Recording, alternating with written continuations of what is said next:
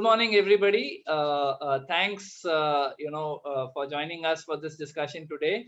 So today we have a very special guest. We have Ravi Kumar, who's the Chief Digital Officer of Excite Industries, probably one of the youngest CXOs in India, and a very accomplished person at a young age in the field of analytics, which is very hot, which is very exciting for everybody. So in today's discussion, we are going to try to understand from Ravi a little bit about, what is, how do we excel in analytics? What are the, key factors? And also maybe try to glean a few secrets about what he's done to get to this level so quickly. So thanks, Ravi, for joining us today. Thank you, Siddharth, for having me. It's a pleasure. Yeah, Ravi. So since our theme under the Going Digital series that we're having, our theme for today is analytics. Let's start with that. You have a great background in analytics. You want to tell us about what is the role of a good analytics strategy in digital initiatives? Companies are taking all kinds of digital initiatives. Please tell us about what is the role of a good analytics strategy in this. So, Siddharth, digital and analytics go hand in hand. Okay. Without data and analytics, there is no digital. And it is a single most important driver in any organization's digital strategy. In fact, if you look at born digital companies, okay, they treat data and information as the single most competency factor for them. Okay. And basically, it's a routine boardroom discussion for them. If we break down digital initiatives in traditional organizations, they typically fall in three areas. Okay. Optimizing operations, transforming their offerings, or transforming their business model itself. Now, all these three, if you look at, so if you to optimize operations, it is about inventory optimization, or it is about traceability, or it is about predictive maintenance. All of that needs data. Correct. Now, if I look at transform offerings, which is digitizing your products or launching products as services or improving customer experience, again, it needs data. Whether it is for your paid marketing efforts, whether it is for measuring the lead conversion, whether it is for demand forecasting, whether it is for demand fulfillment, all of that needs again data, right? Correct. So basically, IT leaders need to look at data first in order to succeed in their digital initiatives rather than treating it as an afterthought.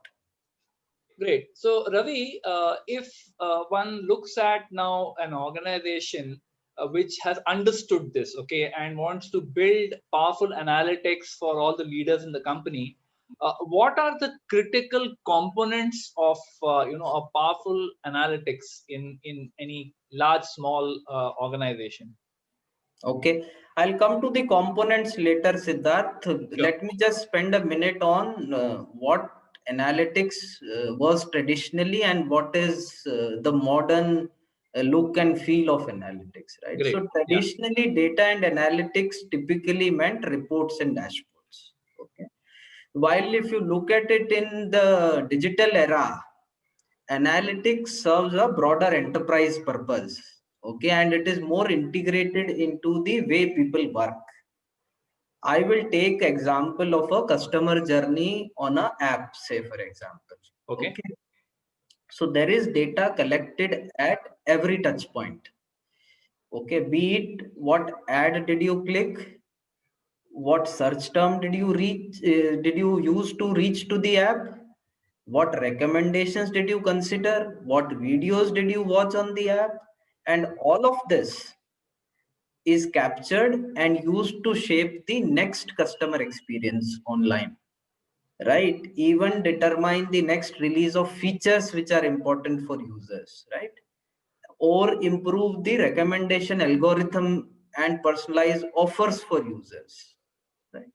All this is causing a very new approach to data and analytics, and basically the one which is embedded into the everyday experience, rather than reports and dashboards. Now, coming to the components of an analytics strategy, Sure. right? There are 4 parts to it, according to me. Number 1 is focus on better data and not big data. Right? So you have to ensure that you generate the utmost quality of data at a fast pace. And for this, you need to start looking at cleansing and reviewing the most critical data for your business. It could be as simple as a customer master data, right? So how do you collect and enrich your customer profiles, for instance, on an ongoing basis, is where you might want to start with. Sure. So one quick tip here is to use the crowdsourcing approach and decentralize ownership of data, okay, and not keep it at with one single individual or team. This allows various teams to bring their own expertise and at the same time creates accountability across the organization, right? So once you have your data in shape, right, and you know what data I want to collect and focus upon, the next thing to essentially focus on is building the organization structure and platform to apply this data. Perfect. Okay. Okay. So so typically what is done in organizations is you catalog your business critical data and build a data platform for blending data from disparate systems into a single coherent standardized form, so that it is made available for users across the organization to apply analytics, right? Now there are different forms and shapes to it. For example, some people start with a data lake, some people start with a data warehouse, right? What is important is that business critical data is brought together and cataloged with a common understanding and structure across the company, so that people can readily use it whenever they want to apply any analytics on top of it. And it is important to put in data governance processes, right, and teams who are responsible for ensuring integrity, accuracy and security of this data. So that is the second piece. The third piece is convert this data into insights. Okay. Now here my philosophy is you build, buy or borrow. Okay. But you pick up your most high impact items and you ensure that they are converted quickly into actual business outcomes. Okay. So there is no need to so-called implement AI ML on day one, by the way. You can start with basic data-driven rule-based analytics, which are embedded into apps so that key decisions in the company are taken based on data, right? So simple stuff like during sales cycles, whether people are using it to prioritize their customer visits, whether we are using it to decide our procurement decisions or lead conversions, all of these are low hanging fruits, but they can give good business outcomes to begin with. And gradually you can build your analytics competencies around data science, machine learning, beyond the traditional BIA, and embed them throughout the business. Got it. So, and as I said, you build, buy or borrow. Wherever it is available, somebody has done it. You just take it from, there is no need to innovate on day one, right? If it is a high critical item for business, you feel data can make a difference, just go ahead and do it. Last but not the least is measure and communicate. Okay. And both are important. So you can begin with basic metrics like percentage of your users who are adopting analytics. Okay.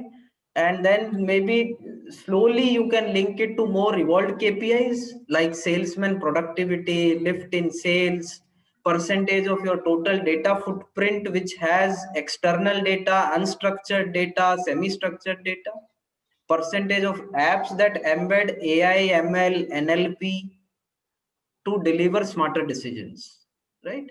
So these are the some examples of matrices that you can start with and mature to. Excellent. Another important aspect that I wanted to cover is that you have to communicate regularly this value of these algorithms to the organization back, right? And the value of your information assets to shift the culture in the organization, okay, into believing and behaving as if information and data is an actual asset for the organization. So those are the four components, according to me, which have to be part of your data strategy. Lovely, Ravi. This is very succinct, very specific. Maybe you want to give a few examples. Which companies, what kind of things are companies doing well, and what are they missing? In your experience, you have been through a variety of companies. You have worked with a lot of organizations. So, what are they doing well, and what are they missing here? See, different organizations are at different maturity curves, Siddharth, right? Yeah. So, what they are doing well is obviously the data organization piece, be it data warehousing and all of that, Mm-hmm. because people have been doing it for so many years and ages. People have mastered that. However, as I said, modern data and analytics needs a very different approach, right? Right. So data warehouses are monolithic structures where you regiment data load and all of that in a fashion that is very difficult to change basis the nature of the data that keeps changing, right? So Yeah. that is where I think organizations typically have to redo a lot of work and does not work out very well for them. So, what I just laid out in the four components, for example, if you pick up one area, okay, you may not want to impact the entire organization on day one, but build digital, for example, start with cataloging your critical data and build agile data lake platform where you are loading this data and there is some governance in place to ensure that the data is in the right shape. On top of that, you democratize access. You ensure the skill set is widely spread across the company, right? Got it. And people can keep churning out use cases on top of that. Got it. So this particular aspect, I think companies are finding difficult, traditional companies, because business users also very naturally do not adapt to these analytics techniques, right? So they are more driven by their experience, intuition, and so-called preconceived understanding of business processes. Now to mold them into these ways of working and all is a change management activity. So there Got are it. multiple ways to handle that. Got it. So on a different track, since you have worked for some of the top consumer companies in India, it'll be lovely to hear from you that for a consumer-focused company, what kind of digital initiatives will quickly make an impact on the consumers as well as the company's bottom line? Any thoughts about that? Okay, there are two ways to approach this, and I would not be too much inclined towards the word quickly. Okay. Okay, so yeah, basically there are two parts to it: business optimization and business transformation. And organizations can pick their top two high impact items on each of them and start working on them. There is nothing quick, honestly, but yeah, you have to follow the agile ways of working so that you keep learning and keep improving. Got it. And it has to give an impact to the business in the long term. And therefore, if it is that critical, you pick that up as the first item and start working. So on the business optimization side, if I were to say the key levers in consumer product companies, the first one is improving customer experience, right? So starting with digital channels to provide a connected experience to your customers. So a lot of brick and mortar companies launching apps, online e-commerce portals, and delivering products at their home offering some of the products and services. Those are some of the examples where you essentially start with, right? Then typically you graduate to using analytics to optimize your price, your offers, spend, all of that, right? So the second area in business optimization is around reducing cost, which typically comes from network optimization, reducing your warehouse footprint, you reduce your inventory, you optimize the logistics costs. So those are the optimize operations bucket. And the third, also a linked bucket with that is your asset utilization bucket, right? So maximizing the uptime of your machines, energy management, increasing the yield per batch, and all of that. The last important one is improving the workforce productivity, right? Got it. So RPA to essentially automate lot of tasks, right? And to help people take on more volume of work without increasing the manpower, right? So these are the business optimization buckets. Now different organizations will be on different maturity stages. What my recommendation is, pick up two areas, okay, which are high impact, and start working on that. Then the second bucket is digital business transformation, right? Yeah. So the key levers there are selling your products as service to begin with, okay, which most companies do, right? The second one is when you digitalize the product or the service itself. Then evolved organizations or digitally born organizations use digital assets. They sell digital assets itself. For example, you sell your app space for advertisements, right? You sell your data or you sell your user base itself to adjacent companies to essentially increase their reach and all of that. So that is the evolved form of digital business transformation. Last one, there is the platform business models, which are getting more popular nowadays, wherein you connect the buyers and sellers on a platform and you govern the platform and earn revenues on top of that. So Fantastic. these are the typical levers. Both are important. The business optimization piece as well as the business model transformation piece. Uh, as I said, my recommendation is to pick up at least two initiatives in each of them to begin with and have a roadmap. Have a 3-year roadmap, 5-year roadmap as to what are the different initiatives we'll take on that. So yeah, Lovely. yeah. Lovely. Ravi, so, on a different note, right, you became the Chief Digital Officer of Exide, of a very large company at a very young age. I'm sure our listeners would be interested in hearing, tell us something about the mindset, what kind of choices and decisions you've taken, what kind of work ethic is needed to get this far so quickly. That's an interesting one. So I don't think there is a recipe for that. What I would try to share are my learnings Sure. and the conscious efforts that have benefited me personally. Okay. And I'll Totally. go from choices to mindset to work ethics in that order. Okay. So the first critical one is to be, I think, is to be part of big transformational initiatives, okay, in your organizations wherever you are working. Right?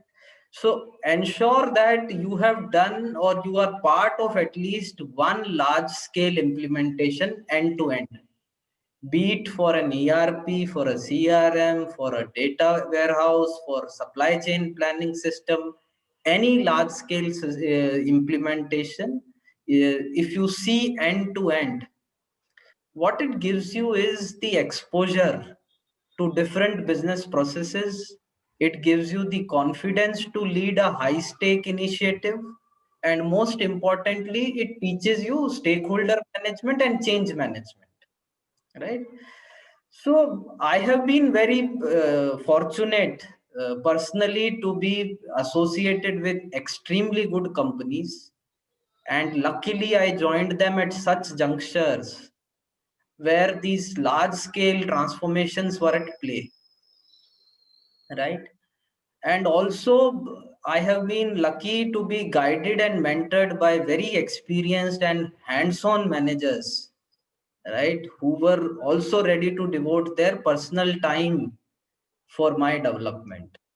Now, in this, it is needless to say that you have to be your very best all the time, right? Wherever you are, otherwise, you are not going to get picked for these initiatives.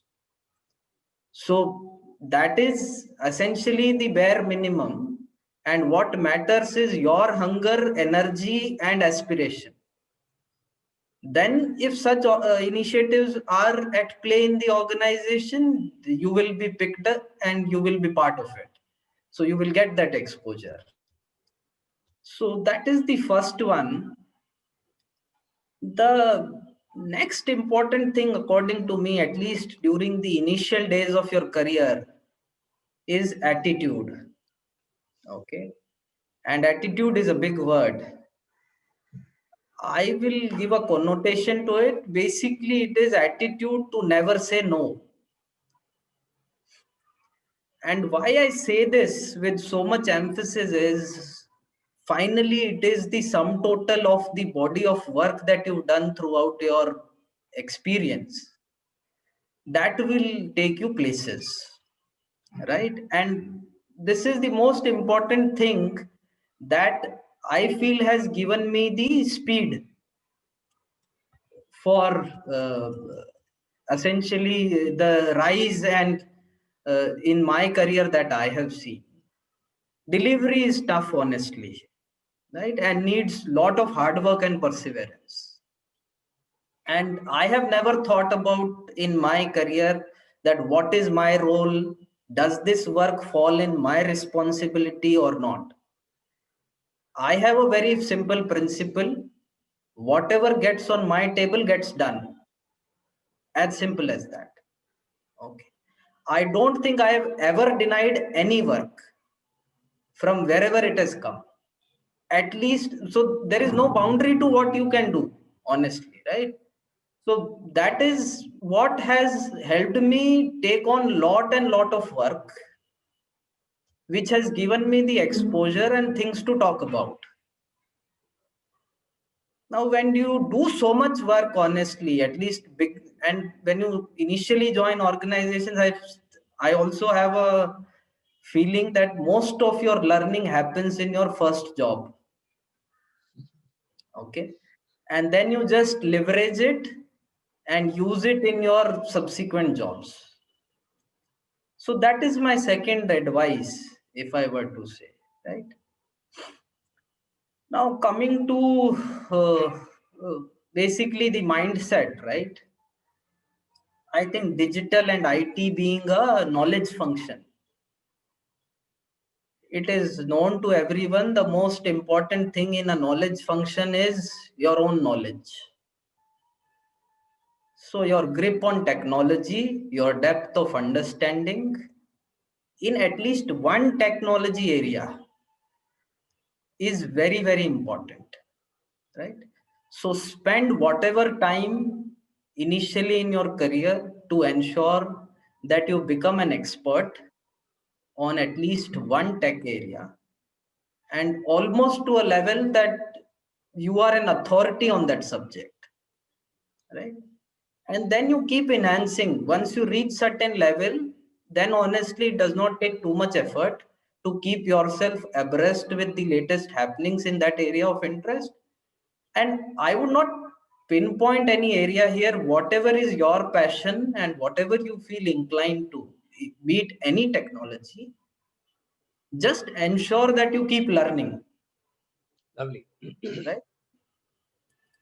Now, to conclude, I'll end with a few general tips, okay, which are around work ethics and all of that also. So, being a technology leader, it is very important to be close to your business. In fact, to young managers, what I advise is to aspire to build your business understanding to a level that you are on an equal footing with any line manager in your company. Okay. And see, only then can you become their trusted advisors. If you don't know their subject, you will not be confident to have those business conversations where technology can make an impact. So true. So that is one. The second important one is to keep an innovative mindset, because technology also is very usually associated with new things and newer possibilities and creativity and all of that. So learn techniques like design thinking, empathy, agile ways of working, so that it helps in your demeanor, the way you come across, right? And you bring creative ideas at work. Right? So that is what I have followed, honestly. I don't think I'll give a laundry list. These are the top 2, 3 things that I wanted to talk about, which I have followed, which have yeah, given me success so far, and I continue to follow these honestly even at this stage.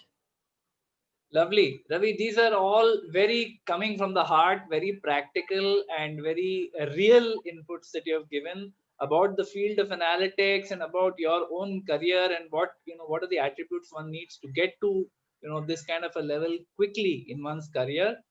It's been an absolute pleasure speaking with you, Ravi, and hearing from you.